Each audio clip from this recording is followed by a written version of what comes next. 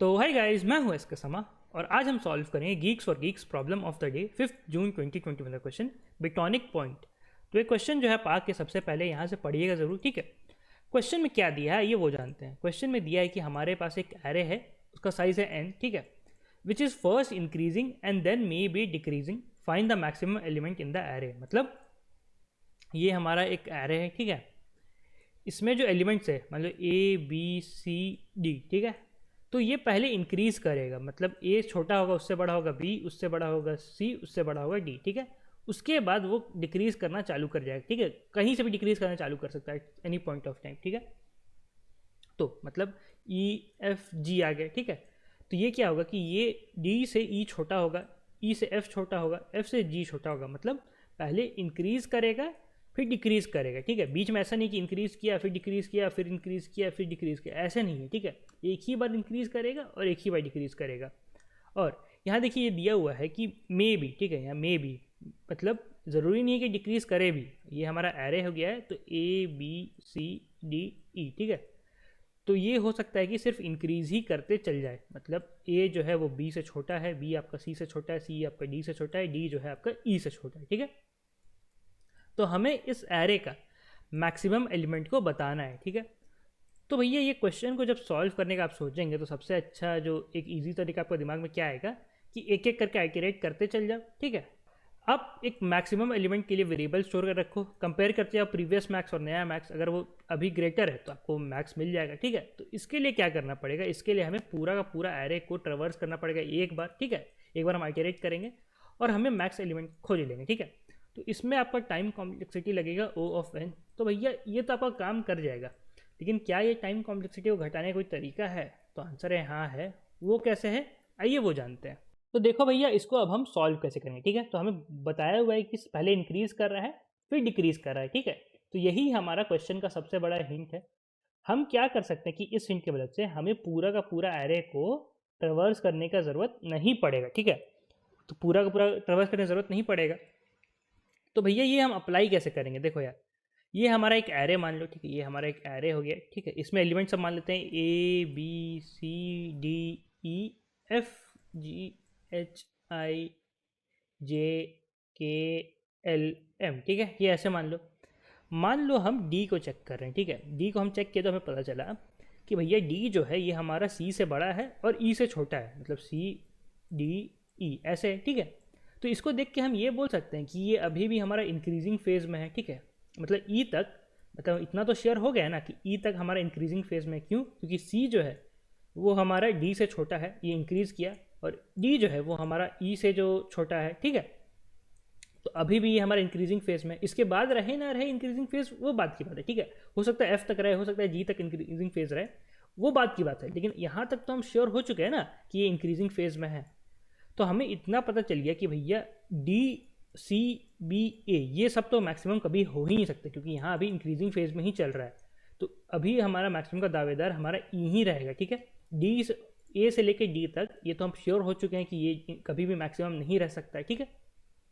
तो हम मतलब इस पार्ट को, एरे का इस पार्ट को एलिमिनेट कर सकते हैं। तो हम क्या, अब हमारा नया एरे क्या बन जाएगा, नया एरे बन जाएगा ई F G H I J K L M, ठीक है। तो ये हमारा नया एरे बन गया, समझ गए। अब देखो पता चला कि जे जो है ये हमारा आई से, ठीक है, ये हमारा आई से स्मॉल है और ये हमारा के से बड़ा है, ठीक है। तो ये चीज़ देखिए हमारा डिक्रीजिंग फेज में है, ठीक है। आई बड़ा है, उसका ये जे छोटा हो गया, के छोटा हो गया, मतलब ये डिक्रीजिंग फेज में हो गया, ठीक है। तो हमें पता चल चुका है कि यहाँ से डिक्रीजिंग फेज चालू हो चुका है, ठीक है। तो ये है, तो अगर जे जो है वो के से बड़ा है तो के आपका एल से बड़ा होगा, एल आपका एम से बड़ा होगा, मतलब ये हमारा डिक्रीजिंग फेज रहेगा, ठीक है। ये डिक्रीजिंग फेज चालू हो चुका है। तो हम इतना श्योर हो गए हैं, ठीक है, हम इतना श्योर हो गए हैं कि इस पार्ट में, अरे कि इस पार्ट में हमारा कभी भी मैक्सिमम एग्जिस्ट नहीं कर सकता है। इतना तो आप समझ रहे होगे ना कि कभी भी हमारा मैक्सिमम एग्जिस्ट नहीं कर सकता है। क्यों नहीं कर सकता है? क्योंकि आई तो जे से बड़ा है और जे जो है वो हमारा के से बड़ा है, तो ये डिक्रीजिंग फेज वाला है। तो इसके बाद जितना दूर आप जाओगे, ठीक है, जितना आप राइट तरफ जाओगे उतना आपका एरे का वैल्यू सब डिक्रीज करेगा, ठीक है। तो इस पार्ट को भी हम एलिमिनेट कर सकते हैं, इस पार्ट को भी। तो हमारा नया एरे क्या बन गया, हमारा नया बन गया एरे ई एफ जी एच आई, ठीक है। तो ये हो गया। तो आपने इतना तो समझ गया कि हम इंक्रीजिंग फेस को कैसे एलिमिनेट कर रहे हैं, डिक्रीजिंग फेस को कैसे एलिमिनेट करते आ रहे हैं, ठीक है। धीरे धीरे हो सकता है अभी भी डिक्रीजिंग फेस पूरा का पूरा एलिमिनेट नहीं हुआ, ठीक है, ज़रूरी नहीं कि पूरा का पूरा एलिमिनेट हो गया, तो वो हम आगे के काम में इसको एलिमिनेट कर देंगे, ठीक है। यहाँ भी हो सकता है कि अभी भी इंक्रीजिंग फेस बचा हो, ठीक है। तो ये हमारा नया हो गया, ठीक है। अब मान लो हमने जी को चेक किया, तो हमें पता चला कि एफ जो है ये हमारा जी से छोटा है और जी जो है ये हमारा एच से बड़ा है, ये पता चला। तो भैया अब आपको दिखा कि यहाँ पे आके ये तो इंक्रीजिंग फेज में था, लेकिन यहाँ से डिक्रीजिंग फेज चालू हो गया है, ठीक है। अभी हम जब इधर जा रहे थे तो एफ जी तक हमारा इंक्रीजिंग फेज था, ठीक है, लेकिन जी का बाद एच से हमारा डिक्रीजिंग फेज चालू हो गया। तो ऐसे केस में हम बोल सकते हैं कि ये हमारा मैक्सिमम एलिमेंट हो गया, जी जो है हमारा मैक्सिमम एलिमेंट हो गया। क्योंकि इंक्रीजिंग फेज यहाँ के खत्म हो चुका है, उसके बाद डिक्रीजिंग फेज है, ठीक है। जितना एलिमेंट को बड़ा होना था यहाँ पे जी तक आके बड़ा हो चुका है, अब वो एलिमेंट घटेगा, ठीक है।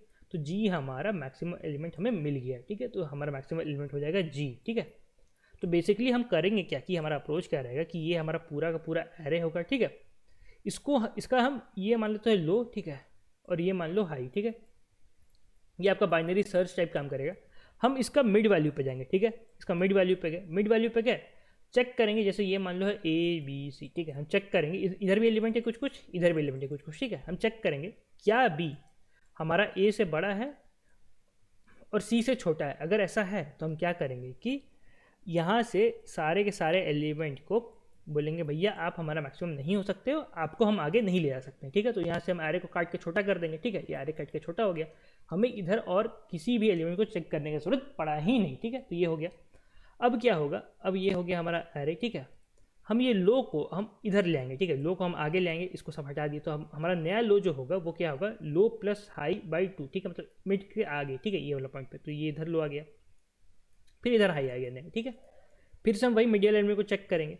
अगर हमें पता चला कि ऐसा है कि ए बी सी, ठीक है, यहाँ का ये काटने के बाद ये, ठीक है, ये इस हिस्सा का है। चलो वेरिएबल का नाम भी बदल देते हैं, तो इधर मान लो आई जे के, ठीक है। तो हमें पता चला कि आई जो है ये जे से बड़ा है, जे जो है के से बड़ा है। तो फिर हमारा ये डिक्रीजिंग फेज चालू हो चुका है।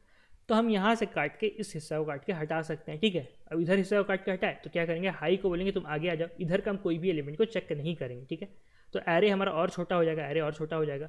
तो लो इधर रहेगा, हाई जो है हमारा इधर आ जाएगा, ठीक है। तो ऐसे ही करके काटते आना काटते आना काटते आना। कब तक काटना है, जब तक या तो दो एलिमेंट ना बचे। दो एलिमेंट बचेगा तो क्या होगा, एक एलिमेंट हमारा उसमें से मैक्सिमम एलिमेंट हो गए हैं। चुपचाप चेक करेंगे कौन सा एलिमेंट मैक्सिमम है, ठीक है। अगर दो एलिमेंट से ज़्यादा है और मिडिल वाला एलिमेंट हमारा कौन सा कंडीशन सेटिस्फाई कर दिया, ये वाला कि जी जो था ये हमारा किससे ग्रेटर था, ये हमारा इधर वाला एलिमेंट से ग्रेटर था और इधर वाला एलिमेंट से भी ग्रेटर था। तो मान लो एक्स और वाई दोनों से ग्रेटर है, ठीक है। यहाँ पे जी था, यहाँ एक्स और वाई था, ठीक है। अगर जी हमारा एक्स से भी ग्रेटर है, वाई से भी ग्रेटर है, ठीक है, तो ये हमारा मैक्सिमम हो जाएगा। क्यों, क्योंकि इंक्रीजिंग फेस हमारा यहाँ पे आके खत्म हो चुका है, उसके बाद डिक्रीजिंग फेस चालू हो रहा है, ठीक है। तो यही हमारा क्वेश्चन का पूरा लॉजिक था, बाइनरी सर्च वाला ही लॉजिक है, ठीक है। तो अगर आपको बाइनरी सर्च जैसे और भी एल्गोरिदम सीखना है तो आप ये कोर्स चेकआउट कर सकते हैं, GFG का डेटा स्ट्रक्चर एल्गोरिदम कोर्स, ठीक है। इसमें आपको A to Z सारे DSA का टॉपिक मिलेगा, साथ ही साथ आपको इंटर्नशिप का भी मौका मिल जाएगा, लाइफ टाइम एक्सेस रहेगा और आपका वीकली असेसमेंट टेस्ट भी होगा, ठीक है। तो यहाँ देखिए सर्चिंग हो, बाइनरी सर्च हो, ठीक है, और फिर सॉर्टिंग हो, मैट्रिक्स हो, हैशिंग हो, लिंक लिस्ट हो, QDQ, binary search tree, graph, back tracking, dynamic programming, A to Z आपको सब कुछ मिलेगा, ठीक है। सारा एकदम अच्छा क्वालिटी कंटेंट मिलेगा, आप रिव्यू भी आके पढ़ सकते हैं। ये आपका 2499 का है, 50% ऑफ होके आप SK Sama GFG coupon use कीजिएगा, आपका एक्स्ट्रा 10% और ऑफ हो जाएगा। और भी बहुत सारे कोर्सेज है, अगर आपको लाइव पढ़ना है, ठीक है, रियल टाइम में लाइव आपको पढ़ना है तो आप ये कोर्स चेकआउट कर सकते हैं, ठीक है। ये सारे कोर्सेज अगर आपको CP सीखना हो या फिर जावा बैकएंड हो, फुल स्टैक डेवलपमेंट हो, machine learning, FD, system design, सब कुछ है। और भी बहुत सारे, जैसे कि यहाँ ये ऑनलाइन कोर्स रहेंगे, इसमें प्री रिकॉर्डेड मिलेगा। ये आप इंटरव्यू के लिए प्रिपेयर करें तो ये आप चेकआउट कर सकते हैं। और मैं रिकमेंड करूँगा आप कि आप ये टेस्ट सीरीज़ सब ज़रूर लें, ठीक है। इससे आपको इंटरव्यू के प्रिपरेशन के लिए बहुत काम आता है, ठीक है। तो टेस्ट सीरीज़ ज़रूर चेक कीजिएगा। तो SK Sama GFG आपका हर कोर्स पे एप्लीकेबल है, एक्स्ट्रा 10% आपको ऑफ दिलाएगा, ठीक है। और जितना पहले से ऑफ है उसमें एक्स्ट्रा 10% और नो अप टू मैक्सिमम आपको डिस्काउंट मिलेगा, आप चेक कर सकते हैं। तो देखो भैया ये रहा हमारा कोड, ठीक है। यहाँ पे हमने बाइनरी सर्च को ही मॉडिफाई करके किया है और हम रिकर्सिव वाला अप्रोच अप्लाई करें, ठीक है। तो हमारा जो मेन फंक्शन है वो इसको कॉल करेगा और हम यहाँ पे एक हेल्पर फंक्शन बना लिए, फाइंड मैक्सिमम यूटिल, ये हमारा रिकर्शन का जैसा काम करेगा उसके लिए, ठीक है। तो सबसे पहले हम पूरा का पूरा एरे में आइटरेट का मतलब सर्च करेंगे, इसीलिए यहाँ पे हम 0 से लेके n-1 तक भेजें, ठीक है। सबसे पहले हम एरे को पास कर रहे हैं, 0 क्या है, ये हमारा लो का वैल्यू रहेगा, और n-1 क्या है, ये हमारा हाई का वैल्यू रहेगा। मैंने बताया था ना कि यहाँ पे जो हम लो और हाई कर रहे थे, फिर लो को या तो इधर ला रहे थे या तो हाई को इधर ला रहे थे, ठीक है। वो काम अब यहाँ पे आगे होगा। तो देखो अगर सिर्फ एक ही एलिमेंट है, ठीक है, लो हाई करते करते अगर सिर्फ एक ही एलिमेंट बचा तो हम क्या कर देंगे कि ARR लो या ARR हाई आप किसी को भी आप रिटर्न कर सकते हैं, यहाँ से कोई दिक्कत नहीं आएगा, क्योंकि आपका वही मैक्सिमम एलिमेंट रहेगा, ठीक है। आगे बढ़े, अगर हमारा 2 एलिमेंट है, ठीक है, अगर हमारा 2 एलिमेंट है तो 2 एलिमेंट में से आपका या तो पहला एलिमेंट मैक्सिमम होगा या तो दूसरा एलिमेंट मैक्सिमम होगा, ठीक है। तो अगर लो वाला मैक्सिमम है तो वो रिटर्न कर दे रहा है, नहीं तो हाई वाला मैक्सिमम है तो वो यहाँ रिटर्न हो जाएगा, ठीक है। ये आपका चेक कर रहा है 2 एलिमेंट के लिए, ठीक है। तो अगर सिर्फ 2 एलिमेंट है तो नहीं, अगर उससे ज़्यादा है तो हम क्या करेंगे कि मिड को हम लो प्लस हाई बाई 2 कर देंगे, ठीक है। मिड को हम लो प्लस हाई बाई 2 कर देंगे, मतलब ये हमारा था, ठीक है, ये लो था, ये हाई था, ठीक है। यहाँ पे हमारा मिड रहेगा, तो यही लो या तो मिड पे आएगा या तो हाई आपका मिड पे आएगा, ठीक है। तो वही यहाँ पे कर रहे हैं, हम चेक कर रहे हैं क्या ARR मिड जो है वो ARR मिड प्लस 1 से बड़ा है, and ARR mid is also greater than ARR mid minus 1, ठीक है। मतलब ये वो वाला केस है, ठीक है, कि x y z है, ठीक है। तो x जो है, y जो है वो x से भी बड़ा है और z से भी बड़ा है, ठीक है। तो वो ये केस है कि हमें मैक्सिमम मिल गया है, हमें पता चल चुका है कि यहाँ पे हमारा इंक्रीजिंग फेज खत्म हो गया है और डिक्रीजिंग फेज इसके बाद से चालू हो रहा है, ठीक है। तो ये वो वाला केस है कि ARR मिड प्लस 1 से भी बड़ा है, मिड माइनस 1 से भी बड़ा है, ठीक है। तो वो हो गया कि हमें मैक्सिमम मिल चुका है, ठीक है। तो ये केस हो गया। तो अगर ऐसा नहीं है, ठीक है, तो हम आगे बढ़ेंगे। वो क्या होगा कि हम चेक करेंगे क्या ये किसके लिए चेक हो रहा है, ये हमारा डिक्रीजिंग फेज के लिए चेक हो रहा है, ठीक है। If ARR mid is greater than ARR mid plus 1 and ARR mid is less than ARR mid minus 1, मतलब यहाँ पे x y z है, ठीक है। तो ARR mid is greater than, ठीक है, देखो यहाँ ARR mid is greater than ARR mid plus 1, ये इससे ग्रेटर है, और ARR mid is less than ARR mid minus 1, ठीक है। तो ये ऐसे हो गया, तो ये ठीक है, ARR mid is less than minus 1। तो ये हम चेक कर रहे हैं क्या ये हमारा डिक्रीजिंग फेज में है क्या, तो वही हम चेक कर रहे हैं। तो ये डिक्रीजिंग फेज में है तो हम क्या करेंगे कि हाई को हम इधर ले आएंगे, ठीक है। मतलब जो हमारा एरे था, ठीक है, लो मिड हाई, ठीक है, हमें पता है कि यहाँ इसके बाद डिक्रीजिंग फेज चालू है, ठीक है, अभी भी चालू है, डिक्रीजिंग फेज कहीं पहले ही चालू हुआ होगा, तो इधर जाके कोई फ़ायदा नहीं है, तो हाई को हम अपना इधर ले आ रहे हैं, ठीक है। तो हाई को हम यहाँ ले आए, तो वही कर रहे हैं। अब फिर से हम रिकर्सिव कॉल करेंगे, उसमें क्या होगा, रिटर्न फाइंड मैक्सिमम, ठीक है, वही फंक्शन कॉल है।